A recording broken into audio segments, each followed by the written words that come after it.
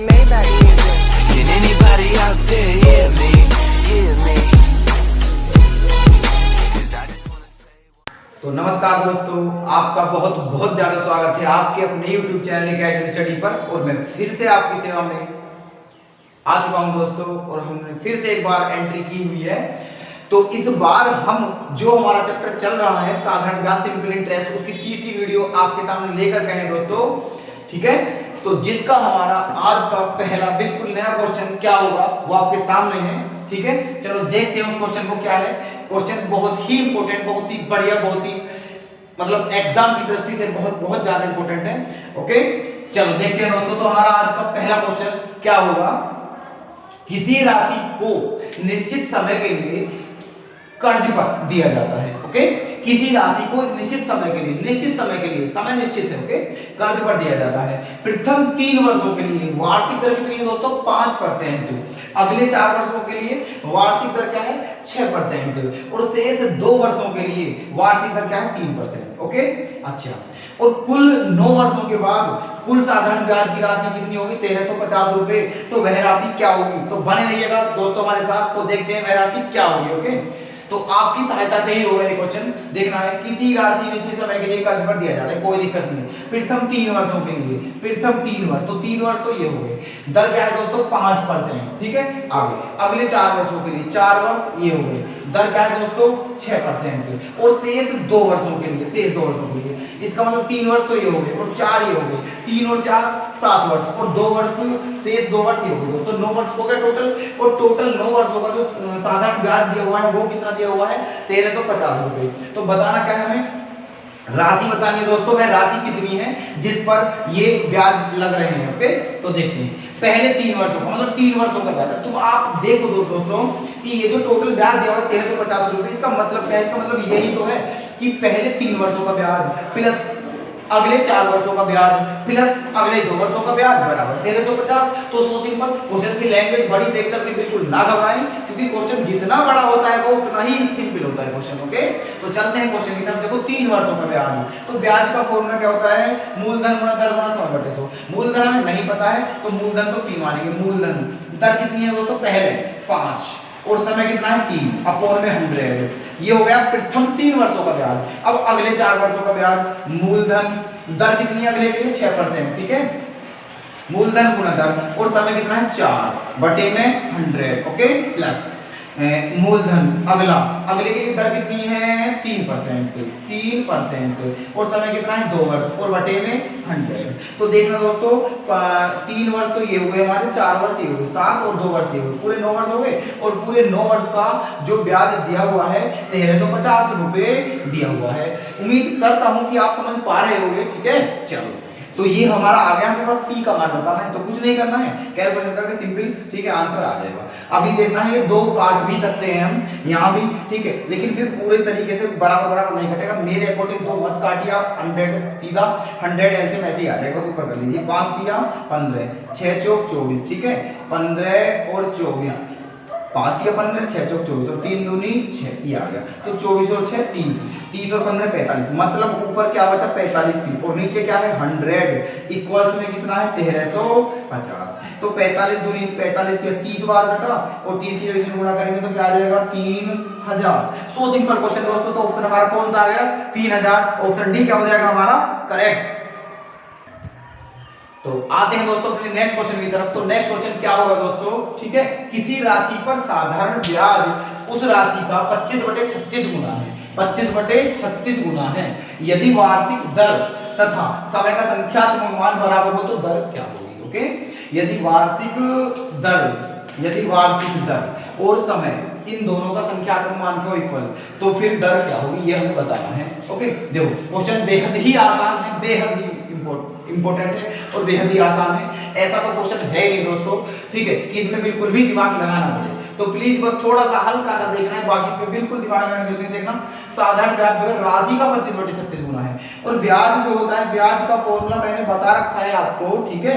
2 video हो चुकी है हमारी, ठीक है, इस चैप्टर की, उसमें बिल्कुल अच्छे से बता रखा है। तो ब्याज का फॉर्मूला होता है मूलधन गुणा दर गुणा समय बटे 100, ठीक है, ये होता है। तो देखना जो ब्याज है वो राशि का कितने गुना 25/36 गुना, 25/36 गुना है 25/36 गुना किसका दोस्तों, पी का, बराबर में पी के प्लेस पे पी।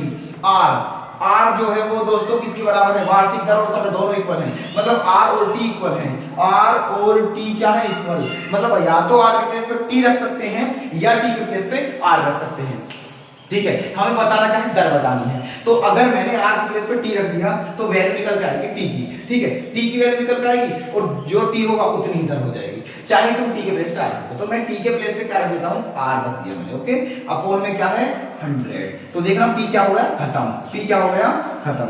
और देखना 4 से कितनी बार दोस्तों, 9 बार, और 4 से कितनी बार, 25 बार। इसकी यहाँ करो मल्टीप्लाई तो क्या हो जाएगा, और ये क्या होगा, आर गुना आर, आर स्क्वायर, और क्या होगा 25 गुना 25, 25 गुना 25। ठीक है, और अपोन में क्या बचा हुआ 9, 9 को क्या लिख सकता हूँ मैं, 3 गुना 3। मुझे बताना है रेट, दर बतानी है। ठीक है, तो इसका क्या निकल जाएगा, स्क्वायर रूट। 25 का क्या बना है, पेयर, तो 1 क्या आ जाएगा, 1 25 आ जाएगा। 3 का भी पेयर है तो 1 3 आ जाएगा, मतलब 3 25/3 आ गया। तो 3 8 24, 1 सही 3%। ठीक है, तो 8 सही 1/3%। ओके, तो ऑप्शन क्या हो जाएगा हमारा, ए। तो आप करते हैं दोस्तों नेक्स्ट क्वेश्चन अपना। ठीक है, जो हमारा क्या होगा, एक व्यक्ति 8400 रुपए को 2 भागों में बांटता है। ओके, 8400 रुपए को 2 भागों में बांटता है एवं पहले भाग को 11% और दूसरे भाग को 15% वार्षिक दर पर कर्ज के रूप में दे देता है। ठीक है, मतलब ब्याज पर दे देता है। ठीक है, तो फिर क्या कहा गया है, यदि 2 वर्षों के बाद कुल साधारण ब्याज 2232 रुपए, 2232 रुपए उसे प्राप्त हुए हों तो प्रत्येक भाग की राशि क्या थी। मतलब इस 8400 के जो 2 भाग किए थे वो कितने कितने थे, ये बताना है हमें। ओके, अब देखना है, तो बिल्कुल ध्यान से देखना दोस्तों, क्वेश्चन बहुत ही आसान करेंगे हम। ठीक है, लेकिन अब इसे हम एलिगेशन से कर लेते हैं, मिश्रण वाले चैप्टर से। हालांकि वो चैप्टर अभी आपका हुआ नहीं, वो आगे आएगा, लेकिन हम उसी से बताते हैं, क्योंकि अगर इसे ऐसे करेंगे तो उसमें लेंथी हो जाएगा। ठीक है, लेकिन वो भी मेथड आपको समझ आएगा, प्लीज समझने का प्रयास करें। तो चलते हैं, देखो 84 के 2 भाग हैं, ये एक तो पहला भाग है और एक दूसरा भाग है। ठीक है, पहला भाग कितने परसेंट पे दिया है उसने, 11% पे ब्याज में, और दूसरा भाग कितना दिया है, 15% पे। ठीक है, 15% पे। तो बीच में जो है, बीच में कितने मिले उसे टोटल ब्याज, 2232 रुपए। तो ये देख लेते हैं 2232 कितने परसेंट थे, 2232 ब्याज पे। ठीक है, तो ये जो है 2232 कितने परसेंट है, कहने का मतलब 2232। ठीक है, किसका, 8400 का, क्योंकि ब्याज जो मिला है ये 2232 रुपए जो है दोस्तों, ये किसका ब्याज है, टोटल राशि का 8400 रुपए का। तो 2232/8400 और गुना 100, गुना 100। ठीक है, तो 2 जीरो क्या कर लिया है हमने, खत्म कर लिया है। ठीक है, अभी और दोस्तों कितने वर्षों का ब्याज है ये कितने वर्षों का ब्याज है, 2 वर्षों का। कितने का है, 2 वर्षों का। ओके, मतलब देखना, देखो अगर आप ये कैसे, देखो फॉर्मूला वही होता है दोस्तों, ब्याज बराबर मूलधन गुना दर गुना समय बटे 100। ठीक है, यही है फॉर्मूला, बिल्कुल भी कंफ्यूज होने की जरूरत नहीं है। और यहीं से मैं दर निकाल रहा हूं दोस्तों, दर तो क्या हो जाएगी, दर मूलधन, ये दर निकाल रहा हूं, तो ब्याज गुना 100, और ब्याज क्या है 2232 गुना 100। ठीक है, और ये पी बटे में आएगा, पी जो कि कितना है दोस्तों, 8400 रुपए। ठीक है, और टी भी बटे में आएगा, जो कितना है 2 वर्ष। ठीक है, तो ऐसे दर निकालने हैं। तो देखा 2 जीरो से क्या होगी, 2 जीरो खत्म। अब 2 से काट लेते हैं इसे, 2 एकम 2 एकम 2 एकम 2 छिक्का। ठीक है, इतनी बार। अब ये बचा, अब दोस्तों किसे 12 से, चलो 12 से काट लेते हैं, 12 सत्ते 84 और 12 निम्मा 108 और 12 के 36। मतलब जो हमारी दर है वो कितनी आ गई, 93/7%, 93/7%, जो कि क्या रख दिया हमने बीच में, 93/7% को बीच में रख दिया। अब क्या ले लेते हैं इनका, क्योंकि ऐसे ही करते हैं एनिमेशन में, इनका डिफरेंस ले लेते हैं। ओके, तो देखो इन दोनों का डिफरेंस लेंगे, तो 11 सत्ते क्या हो जाएगा दोस्तों, 77। क्या हो जाएगा 77, और 93 में से 77 को क्या कर देंगे, तो 13 में से 7 गया, क्या बचेगा 6, और 8 में 7 में 16। मतलब क्या बचा दोस्तों, 16/7, 16/7। अब इधर ले लेते दोनों का अंतर, तो 15 सत्ते 105, 15 सत्ते 105, तो 7 5 क्या बचा 12, और बटे में क्या बचा 7। ये भी क्या है परसेंट, और ये भी क्या है परसेंट। तो परसेंट चाहे तो हम खत्म कर सकते हैं, क्योंकि रेशो ले रहे हैं हम, रेशो। ठीक है, और 7 भी खत्म, तो क्या आ गया 12 16, 4 3 12 और 4 4 16। मतलब किस रेशो में बांट लगाया है उसने, 3 और 4 के रेशो में, 3 और 4 के रेशो में। तो हमें बताना है दोनों भाग कौन से हैं। तो पहला भाग क्या है दोस्तों, पहला भाग जो होगा हमारा, पहला भाग कितने हैं दोस्तों, धन कितना है 8400 रुपए, 8400 रुपए को किस रेशो में बांटा है? 3 और 4 के में। तो 3 पहला बार ऊपर रखेंगे और बटे में 3 और 4 7, 7 से कितनी बार? 1200। तो कितना हो गया दोस्तों? ये 3600। पहला भाग कितना हो गया? 3600। ओके, अब सेकंड भाग क्या होगा? 1200 में कितने मल्टीप्लाई कर देंगे? 4। कितना हो जाएगा? 1200, 12 चौक 4800। क्या हो जाएगा दोस्तों? 4800। तो उसने जो 84 रुपए को 2 भाग में बांटा था, वो भाग कौन कौन से हैं दोस्तों? 3600 और 4800 रुपए। 3600 और 4800। तो उम्मीद करता हूं आप समझ आ गया होगा। ठीक है, प्लीज दोस्तों ध्यान से समझते रहें। अगर कोई दिक्कत होती है प्लीज कमेंट बॉक्स में जाके जरूर बताइएगा। ठीक है, और हमारी वीडियो को लाइक शेयर जरूर करिएगा और चैनल सब्सक्राइब जरूर करेंगे दोस्तों। ठीक है, तो हमारा ऑप्शन क्या हो जाएगा? 3600 4800। 3600 4800 ऑप्शन सी क्या हो जाएगा? डी क्या हो जाएगा हमारा? करेक्ट, ये वाला। ओके, तो आज का हमारा अंतिम प्रश्न है दोस्तों। ठीक है, इस वीडियो का आज का हमारा लास्ट क्वेश्चन होगा। बाकी क्वेश्चन नेक्स्ट वीडियो में लेकर आएंगे। तो देखिएगा, बहुत ही अच्छा प्रश्न है, प्रश्न भी अच्छा है और इसका मेथड भी हम अच्छा ही बताएंगे आपको। प्लीज देखिएगा, मेथड आपने देखे नहीं होंगे। ठीक है, बहुत ही अच्छे प्रश्न तरीके में। ठीक है, बहुत छोटे प्रश्न करने दोस्तों, कोई भी क्वेश्चन हमारा बड़ा नहीं होगा, ये हमने पहले ही आपसे कमिटमेंट कर चुके हैं। ठीक है, लेकिन प्लीज अपना साथ जरूर बनाए रखें, हमारी वीडियो को लाइक शेयर जरूर करते हैं और चैनल को सब्सक्राइब जरूर करें दोस्तों।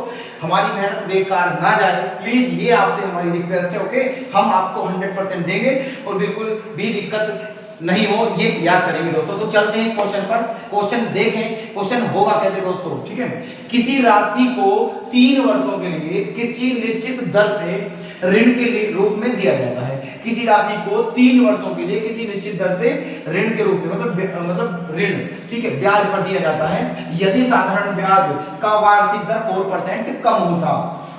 यदि साधारण ब्याज की दर 4% कम होती, मतलब जिस दर पर दिया था उस दर पर ना होकर उससे 4% कम होता। ठीक है, तो क्या होता दोस्तों? जो साधारण ब्याज है वो कितने रुपए कम प्राप्त होता? 720 रुपए कम ब्याज प्राप्त होता पहले की अपेक्षा।